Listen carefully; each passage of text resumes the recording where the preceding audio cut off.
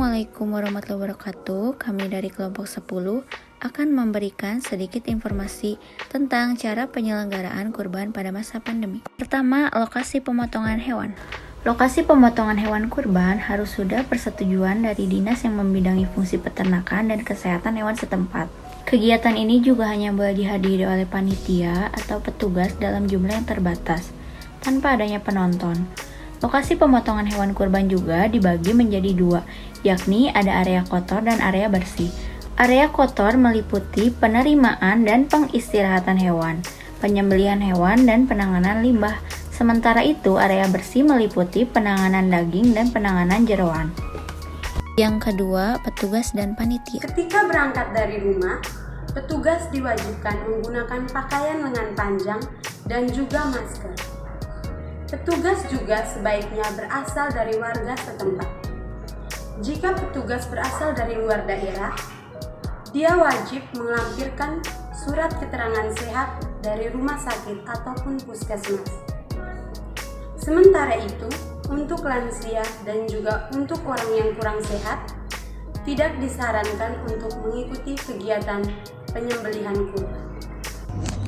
Nah, untuk para petugas dan juga orang-orang yang ingin masuk ke daerah pemotongan itu wajib dicek suhunya menggunakan termometer gun. Nah, termometer gun ini setelah pengecekan itu jika didapati ada yang namanya gejala-gejala seperti nyeri tenggorokan, virus, demam, pilek, itu tidak diperbolehkan untuk masuk ke daerah pemotongan.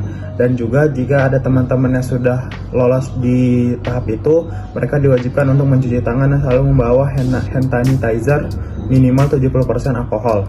Dan juga dilarang untuk para petugas dari daerah pemotongan untuk menyentuh daerah mata, telinga, hidung, dan mulut selama acara berlangsung. 3. APD untuk setiap petugas.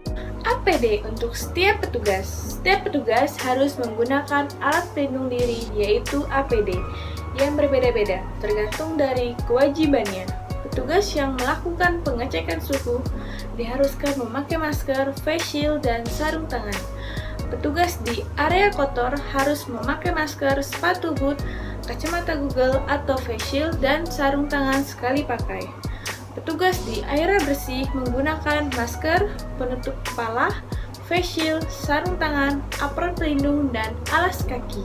4. Tata cara pelaksanaan. Untuk pemeriksaan hewan wajib dilakukan sebelum dipotong atau sering disebut juga antemortem, dan setelah dipotong atau postmortem untuk memastikan kesehatan hewan dan keamanan daging kurban yang dikonsumsi. Pemeriksaan ini dilakukan oleh dokter hewan atau veteriner yang berada di bawah pengawasan dokter hewan yang berwenang.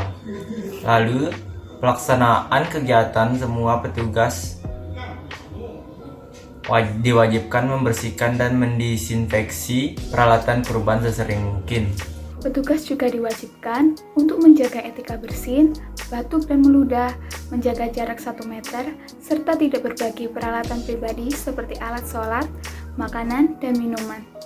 Juga, ketika berada di area kotor, petugas tidak diperbolehkan untuk berkerumun.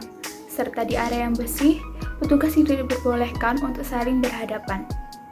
Limbah dari pemotongan kurban pun juga harus ditangani dengan baik serta memperhatikan kebersihan dan kesehatan lingkungan. Yang terakhir, setelah pemotongan kurban. Dari Direktorat Jenderal Kesehatan Masyarakat Veteriner mengharuskan bahwa distribusi daging kurban dilakukan dengan membagi langsung ke rumah-rumah calon penerima untuk menghindari kerumunan. Nah, setelah selesai bertugas, diharuskan kepada para panitia dan petugas untuk segera membersihkan diri atau mandi dan berganti pakaian sebelum menemui keluarga dan orang lain, agar kita terhindar dari virus COVID-19. Cukup sekian dari kami. Mohon maaf bila terdapat banyak kesalahan. Wassalamualaikum warahmatullahi wabarakatuh.